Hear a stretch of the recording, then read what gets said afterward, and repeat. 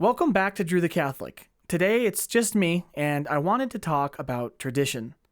As a Protestant, there was almost no word dirtier than tradition. This word, of all the words in religious vocabulary, had an exclusively negative connotation.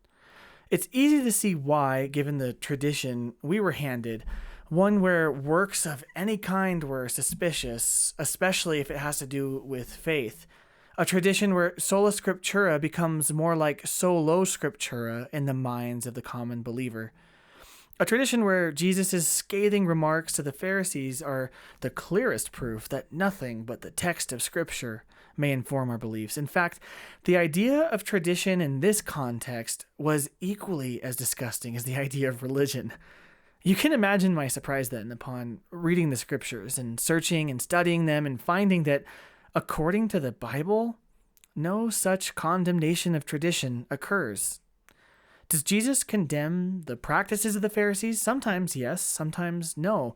Usually, Jesus condemns an outward tradition of the Pharisees that they used to look holy and maybe even to safeguard holiness while undercutting the precepts of the clear commandment in practice. In the Gospels, we hear Jesus condemn them for dedicating their property to God, a seemingly holy act of devotion, which they used to effectively embezzle funds that they ought to use to care for their parents, which is the fourth commandment. In fact, the Pharisees, as a Jewish sect, were known for following the traditions of their elders, who sought to beckon the Messiah by calling all of Israel to be a holy nation of priests. Now, to be fair, God himself asks Israel this in the Old Testament. He gives them a law. But the Pharisees, to ensure their living as a priestly people, examined the temple laws concerning Levitical priests and contextualized those to the lives of the laity, the common person, so that they could, in a way, participate in the laws concerning priests. This is where their unique rituals, like hand washing, which Jesus blatantly disobeys, comes from. So, what's happening here? The Pharisees, arguably with good intentions, are making mandatory a beautiful ritual which perhaps not all people are called to or are capable of doing. So do man-made traditions exist? Yes, even in Judaism they do. Even in Catholicism they do. However, Jesus isn't condemning these rituals at their heart. Time and time again, what he condemns is the requirement of those developments on all people when that's not done by a proper authority. So then, what do we say about tradition as a whole, or as a concept? What is tradition, even? Quite literally, the definition of tradition is, quote, the transmission of customs or beliefs from generation to generation. So, any item of custom, belief, fact, or culture that's passed down from generation to generation is, by definition, a tradition. This word comes from the Latin word traditio, which means literally to hand down. Its root word means to deliver. More importantly, in the context of Jewish religion, they discuss their faith, their laws, the Torah, as their tradition, with a capital T. See, they believe that Moses handed down everything God told him on Sinai, some of it written by word, some of it by mouth.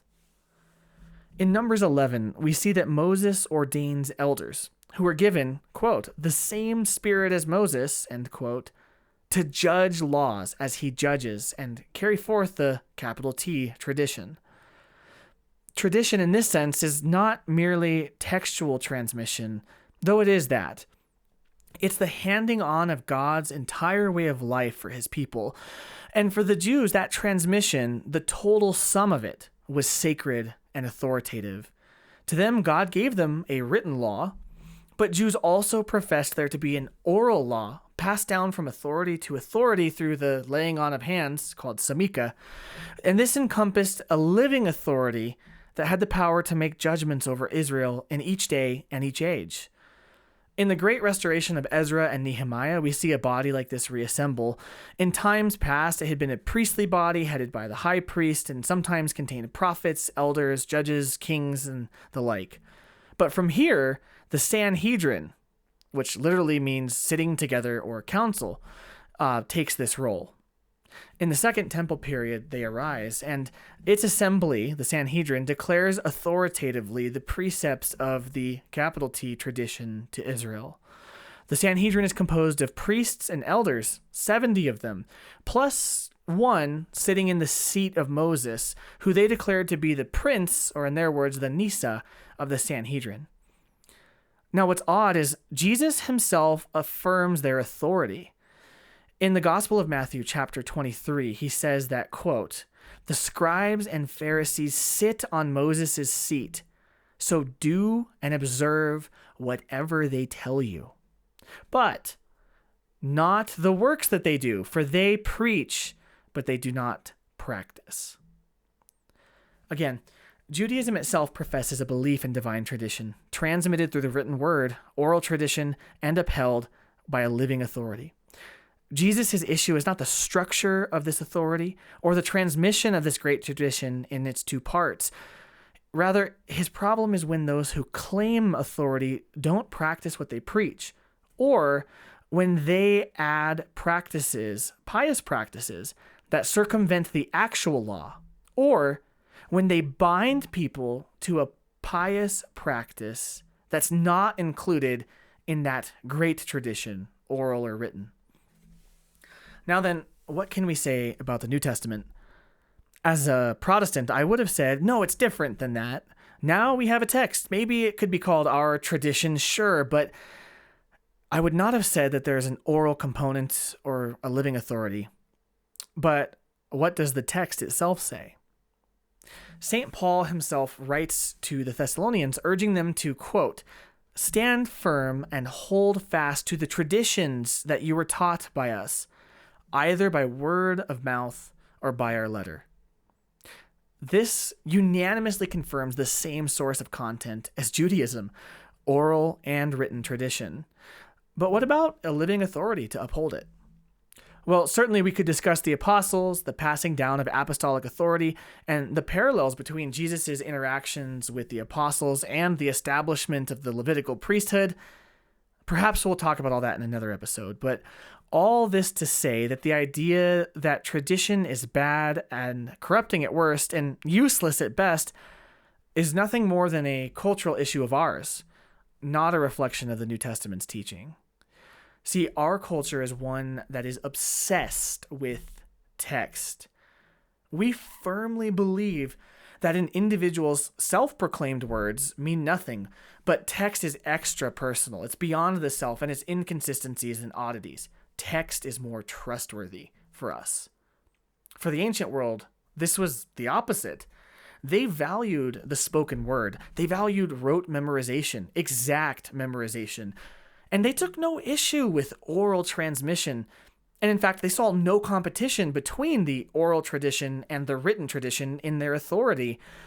In fact, the ancient world, the Jews, saw oral transmission as preferable because not only could you examine the contents of what is said, but you could examine the source of who said it and their lineage to the source of the original transmission.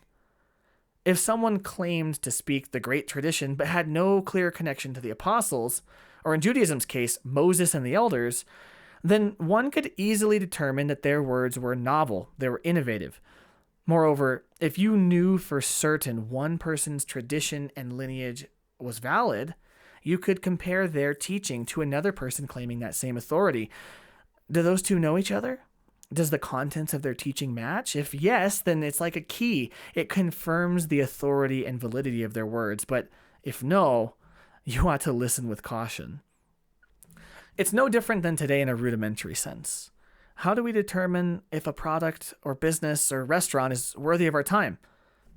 We examine the words of those we trust and know. We take their word for it on the basis of their character. How do we examine new people that we meet? For better or worse, we often ask those we know and trust their opinions of the new person that we're meeting. You see, socially, perhaps anthropologically, tradition is a human necessity.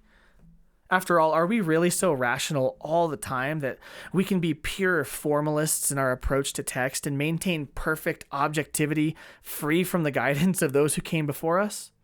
No, it's quite impossible. We approach the world around us through the lens that's passed on to us. This is the words of our parents, our teachers, our faith leaders, our cultural narrative at large. We're distinctively shaped by that which is handed on to us. In fact, the rejection of tradition as a faith tenet of Protestantism is in and of itself a tradition. It's one that arose from the minds of men and has been faithfully passed on, a little bit of snark when I say that, from generation to generation.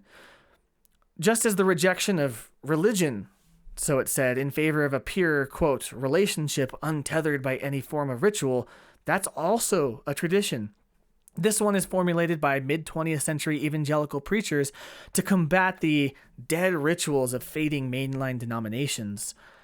In fact, the evangelical format of worship is a tradition handed down from the American Great Awakening tent revivals, which sought to build a common faith life in America amidst diverse seas of liturgical practice in the various mainline denominations in our country at that time. The five solas of the Reformation are an extra-biblical tradition assumed from an interpretation of men in the 16th century and faithfully passed down through the ages. See, tradition is the belief that the world is round because of mathematics. It's the belief that in 1492 Columbus sailed the ocean blue. It's the practice of celebrating Independence Day on July 4th. It's the practice of using a calendar system of our ancestors by which we even know when July 4th is. The handing down of knowledge, culture, belief, and truly and properly ourselves to the next generation is an inescapable and essential part of our humanity. As a sociological phenomenon, we must then admit that tradition as a matter of occurrence is not always infallible. In fact, most of the time not.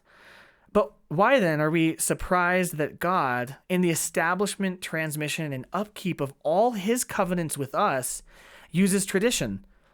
In the fullest sense, something he made so integral to our humanity as the means of his own divine, infallible self-communication to mankind from generation to generation. Of the written word, it's so as communities we may receive it directly from the pen of those in the past. And of the oral word, it's so we may receive it from those present now, handed to them from an unbroken lineage. Of the living authority, so that those who are rightly appointed may, in surveying that which is written and orally transmitted, instruct us on what to do now. And so upon further thought, we should be inclined to say this. Tradition, in the sense I speak of now, is not an oddity of mankind alone.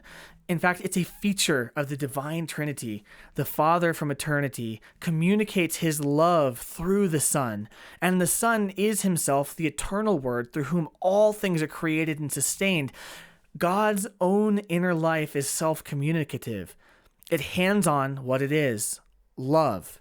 And this love forms all that is. See, our own anthropological tendency towards tradition is a feature of the divine imprint in us, a handing on of itself. The reality is this: we cannot escape tradition, in the high sense or in the low sense. The question then becomes, which tradition? God's or man's? Where is this great tradition sustained? According to the church fathers, the saints, and yes, even the scriptures, this tradition comes to us by God's own promise through his assembly, his ecclesia, the church, that church which is most ancient, known by the apostles, and whose declarations do not stray to the left or to the right of what the apostles themselves committed to those they installed in their place. That tradition, capital T, is upheld by the one holy Catholic and Apostolic Church of Jesus Christ, whose bishops comprise the assembly, which is headed by the Prince of the Apostles, the successor of Saint Peter.